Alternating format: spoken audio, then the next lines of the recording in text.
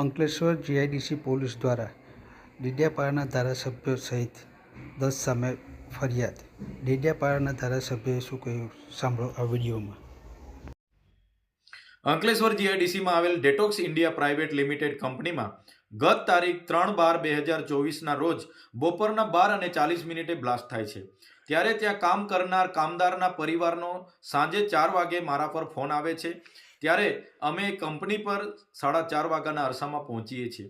ત્યારે ત્યાંના મેનેજમેન્ટ, ત્યાંના ઉપસ્થિત પ્રાંત અધિકારી, સેફટી અધિકારી અને પોલીસ વિભાગના અધિકારીઓને અમે જણાવીએ છીએ કે કોનું મૃત્યુ થયું છે, કોને ઈજા થઈ છે, એની જાણકારી એમના પરિવારોને આપવામાં આવે।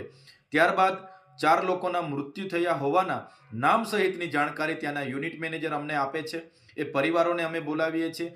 એમની દયનીય હાલત જોઈને કંપનીને અમે માનવતાની રાહે એ પરિવારોને વળતર આપે એવી માંગ કરીએ છીએ। વળતરની જાહેરાત થયા બાદ જ એ ડેડ બોડી અમે સ્વીકારીશું એવી અમે માંગ કરીએ છીએ। ત્યારે કંપની પણ એમના મેનેજમેન્ટ ઓથોરાઇઝ સાથે વાત કરીને એમને વળતરની જાહેરાત કરે છે। બાદમાં પીએમ કરાવીએ છીએ અને એને એ બોડીઓને અમે અગ્નિ સંસ્કાર માટે મોકલી આપીએ છીએ।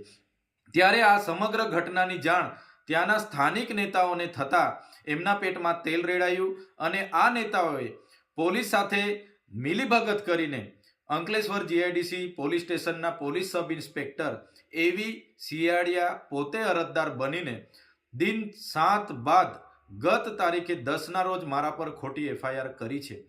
ત્યારે અમે પોલીસ ભરૂચના એસપી શ્રીને પણ કહેવા માંગીએ છીએ, અમે 35 જેટલા વિડીયો જાહેર કર્યા છે જેનાથી એમની ઊંઘ હરામ થઈ ગઈ છે।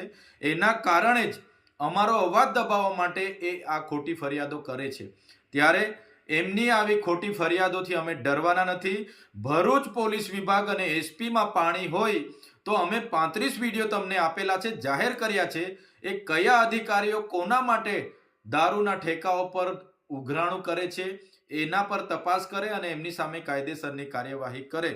ચૈતરભાઈ વસાવા એમની ટીમ પર એફઆઈઆર કરવાથી અમારો અવાજ દબાઈ જવાનો નથી। ભરૂચની જનતાનો આ અવાજ છે, સંવિધાનનો અવાજ છે, ભરૂચના કામદારો, બેરોજગારોનો આ અવાજ છે। તમારી એફઆઈઆરોથી અમે, તમારી જેલોથી અમે ડરવાના નથી।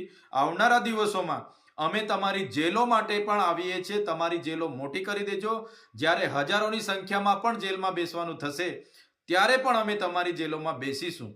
અને પોલીસ અધિકારીઓને ખાસ કહેવા માંગીએ છીએ, સરકારો બદલાતી રહી છે, તમારો પગાર એ પ્રજાના ટેક્સમાંથી આવે છે, એટલે નિષ્પક્ષ કાર્યવાહી કરો, તટસ્થ કાર્યવાહી કરો। કોઈના ચમચાગીરી કરવાની જરૂર નથી। જ્યારે પણ આવી ઘટનાઓ બહાર આવે છે તો સામાન્ય લોકોનું તો શું, ધારાસભ્ય પર ખોટી ફરિયાદો થાય છે તો પોલીસ વિભાગ પરથી સામાન્ય જનતાનો વિશ્વાસ ઉઠી જાય છે। ધન્યવાદ।